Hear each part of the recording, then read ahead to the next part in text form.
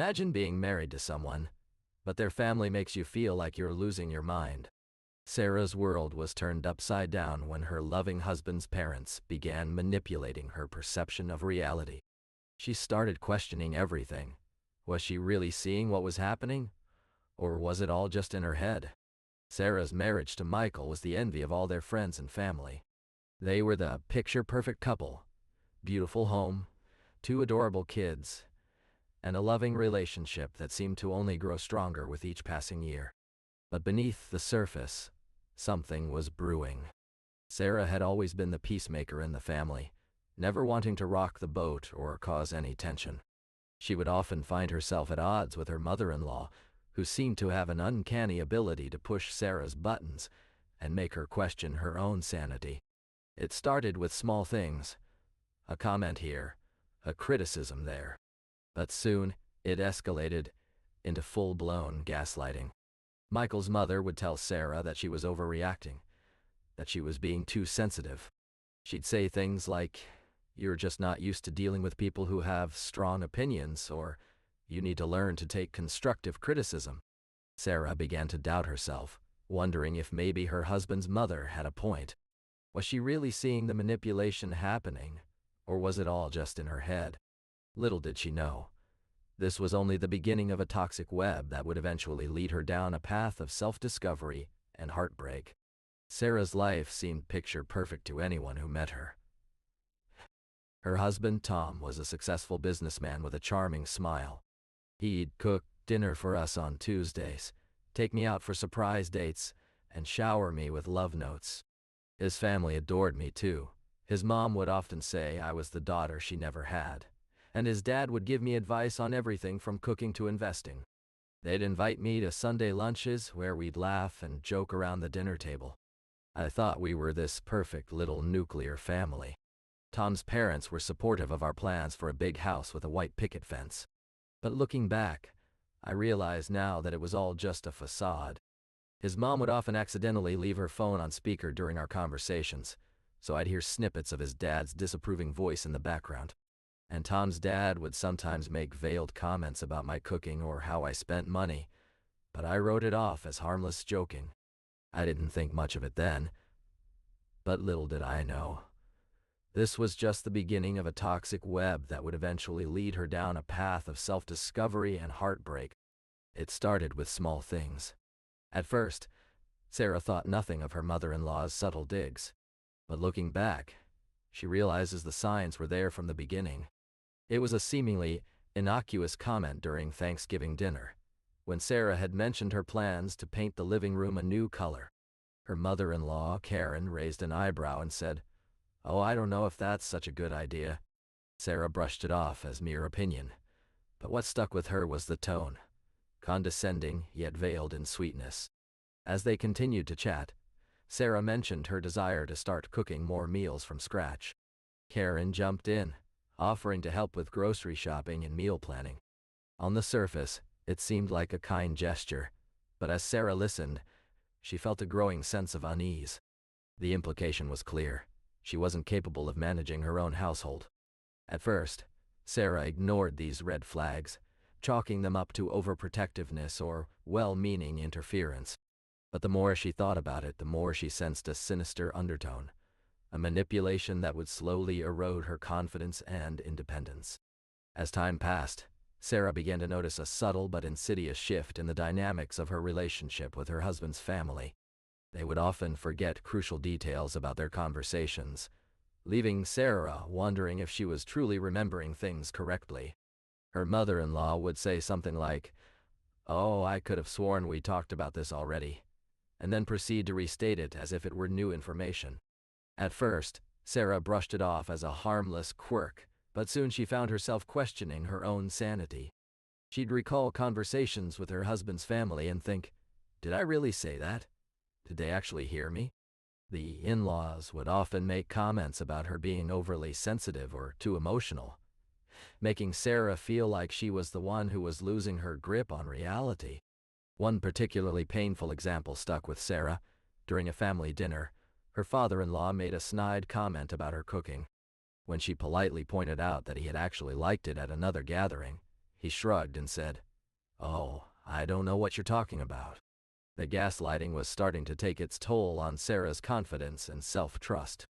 With every passing day, the in-laws' manipulation became more subtle yet sinister. They would invite Sarah to spend weekends with them, away from her friends and family. At first, she thought it was a chance to bond with her husband's side of the family, but soon realized they had an ulterior motive. They'd guilt-trip her into staying longer, making her feel selfish for wanting to return home. Her phone would be taken away, to relax from the world outside. She began to feel like a prisoner in their loving care. As the manipulation intensifies, Sarah starts to lose her grip on reality. The in-laws' subtle tactics become more overt, and she finds herself playing a twisted game of blame. They'd say things like, "You're so sensitive," or "You're overreacting." At first, it was just a gentle whisper, but soon it became a deafening scream. They'd make her feel responsible for their actions, as if she was the one who had ruined their lives. Sarah's desperation as the months went by, Sarah found herself walking on eggshells around her in-laws. She tried to make plans with them, only for them to cancel at the last minute or blame her for their own mistakes. They'd guilt-trip her into doing favors for them, making her feel obligated and trapped. One fateful day, Sarah's husband, Tom, called her in a panic, saying his mom had accused him of being disloyal to her family. He begged Sarah to smooth things over with his parents, to just be nice and avoid conflict. Sarah felt like she was drowning in this toxic dynamic. She had lost count of how many times she'd apologized for things that weren't even her fault. The constant criticism and blame had taken a toll on her self-esteem. She began to doubt herself, wondering if there was something fundamentally wrong with her. She started to wonder if Tom's family was right. Maybe she was the problem. As she struggled to keep up the appearance of a perfect daughter-in-law, Sarah felt like she was losing herself in the process. It wasn't until a casual conversation with her best friend that Sarah stumbled upon the shocking truth. Her husband's mother had been calling him every day, making excuses for his frequent disappearances, telling him to be patient when Sarah questioned their spending habits. And then there was the time she overheard him on the phone, whispering something about a business trip in a hushed tone. But it wasn't until she saw the faint scratches on her husband's neck one morning that everything clicked into place. "What happened to your neck?" she asked innocently, trying not to pry. He brushed it off as a minor incident at work, but Sarah knew better. She started digging deeper, looking for any inconsistencies in his story. And what she found was enough to make her blood run cold. Her husband wasn't just hiding secrets. He had an entire life outside of their marriage that he'd been keeping from her. The perfect facade began to crumble, and Sarah felt a wave of emotions wash over her: anger, sadness, confusion. As the truth came to light, the facade began to crumble, and Sarah felt a wave of emotions wash over her: anger, sadness, confusion. She couldn't believe what she had been living with for so long. The constant belittling, the gaslighting, the manipulation. It was like a weight had been lifted off her shoulders, but it also left her feeling lost and alone. As she navigated the aftermath of her husband's betrayal, Sarah found herself constantly questioning her own sanity. "Am I overreacting?" she'd ask herself, replaying every conversation with her in-laws in her head. They would tell her that her husband was a good man, that he loved her deeply, and that she was being paranoid for even thinking about his infidelity. The constant barrage of gaslighting tactics left Sarah feeling like she was losing her grip on reality. But one day, something shifted inside of her. She stumbled upon an old journal entry from years ago, where her husband had written about his feelings towards their marriage and his in-laws' influence over him. It was a painful but liberating moment for Sarah, as it made her realize that she wasn't the problem. She was just being gaslit by those who were supposed to love and support her. With a newfound sense of purpose, Sarah began attending therapy sessions, where she found solace in sharing her story with others who had gone through similar experiences. She started reading self-help books and practicing self-care, slowly rebuilding her life and reclaiming her voice. As Sarah reflected on her experience with the in-laws' gaslighting manipulation, she began to question their motives.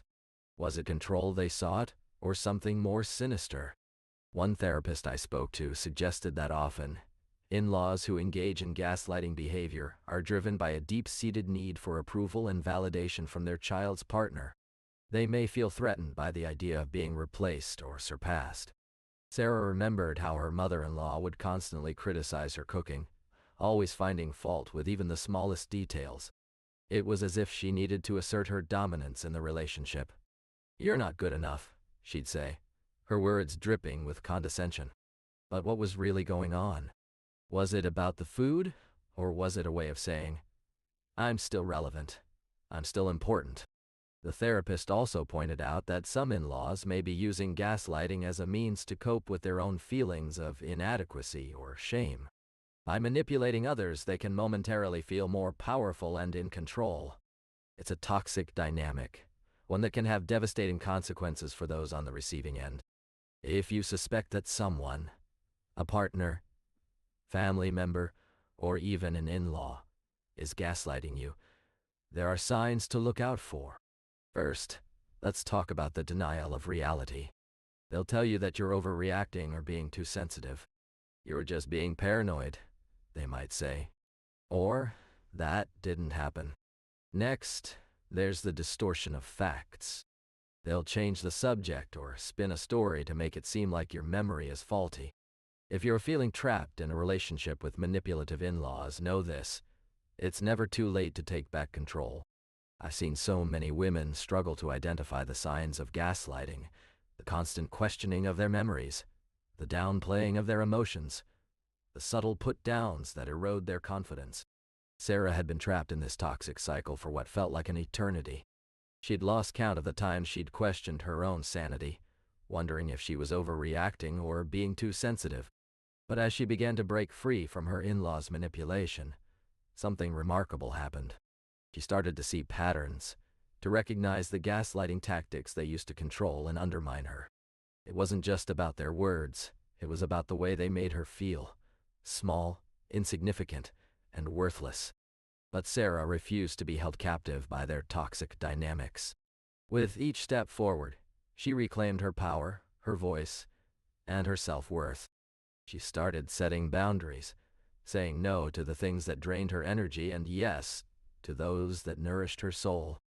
It wasn't easy, but with every victory, she felt a sense of liberation wash over her. Sarah's story serves as a beacon of hope for those still trapped in similar situations. It's never too late to break free and start anew. As Sarah moves forward, she's met with a mix of emotions: guilt, anxiety, but also a sense of liberation. She's finally free from the toxic grasp of her in-laws' manipulation, and it's a feeling she never thought possible. But little do people realize, leaving a situation like that doesn't magically fix everything. The aftermath can be just as painful, if not more so. Sarah recalls nights spent alone, replaying conversations with her mother-in-law in her head, wondering what she could have done differently. She'd question herself: was I too sensitive? Did I overreact?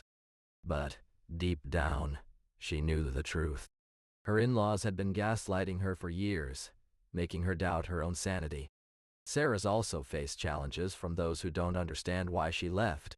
Friends and family would ask, "Why can't you just forgive and forget?" Or, "Why are you being so dramatic?" It took a lot of self-reflection and support to realize that forgiveness isn't always possible, especially when it comes to toxic relationships like this one. Sarah's progress has been slow but steady. She started therapy to work through the emotional trauma she endured.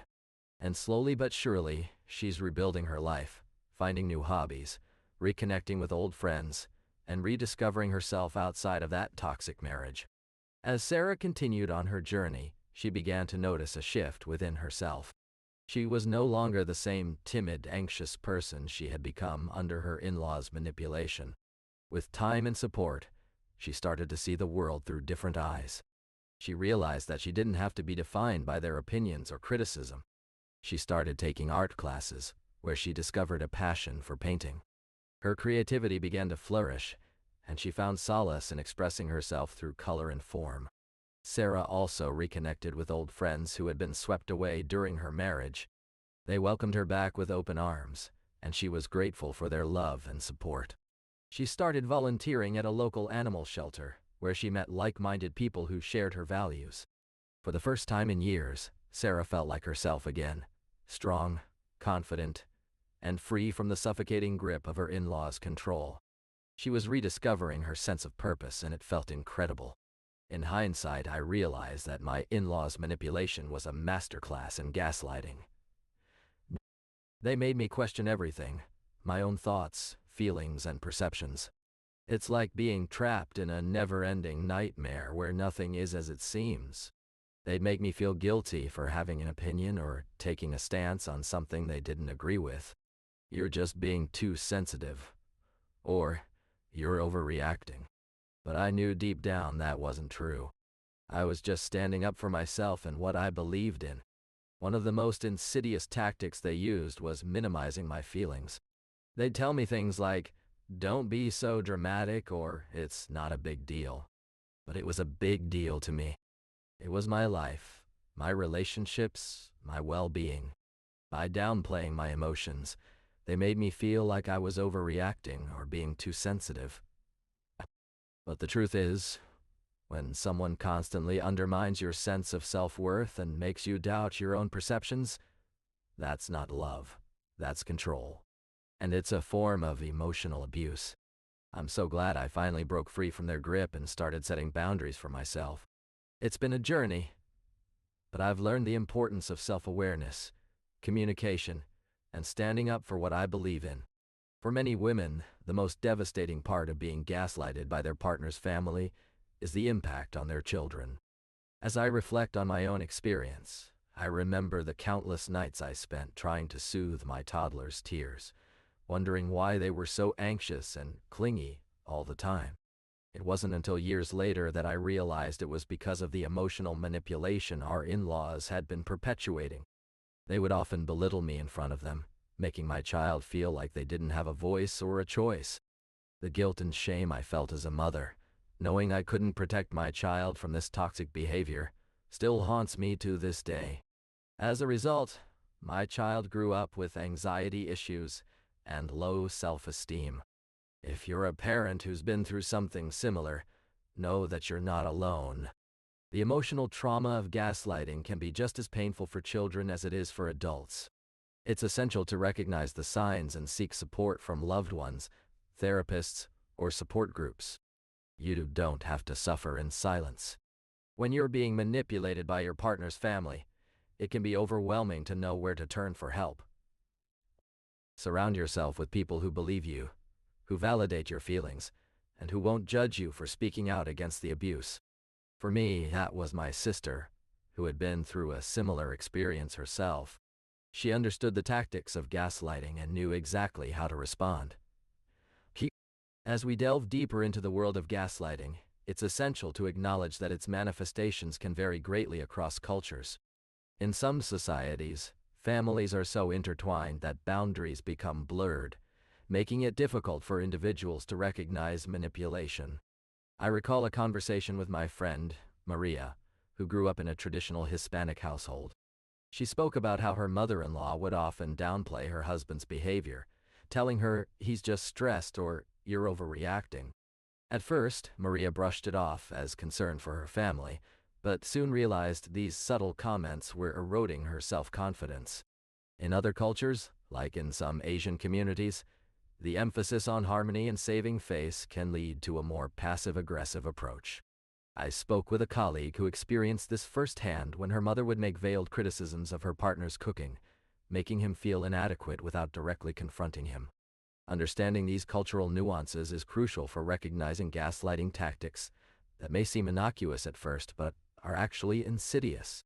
By acknowledging these differences, we can begin to break free from the patterns of manipulation and find our own voice. As we've explored throughout this story, the toxic dynamic between you and your in-laws can be suffocating. The constant criticism, belittling, and manipulation can make you question your own sanity. But today, I want to encourage you to break free from that cycle of silence. It's time to speak out, to share your story with others who understand what it's like to be gaslighted by those closest to us. Think about the last conversation you had with your in-laws. Did they make you feel belittled or unheard? Did they manipulate the narrative to make you look bad? Maybe they guilt-tripped you into doing something that made you uncomfortable. Whatever it is, I want you to know that you're not alone. There are countless women out there who have been through similar experiences and have come out the other side. I want to leave you with a question. What would happen if we all spoke up, shared our stories, and supported one another? Together, we can break the silence and create a safe space for vulnerability and understanding. As Sarah's story comes to a close, we're reminded that gaslighting manipulation is a masterful game of emotional control.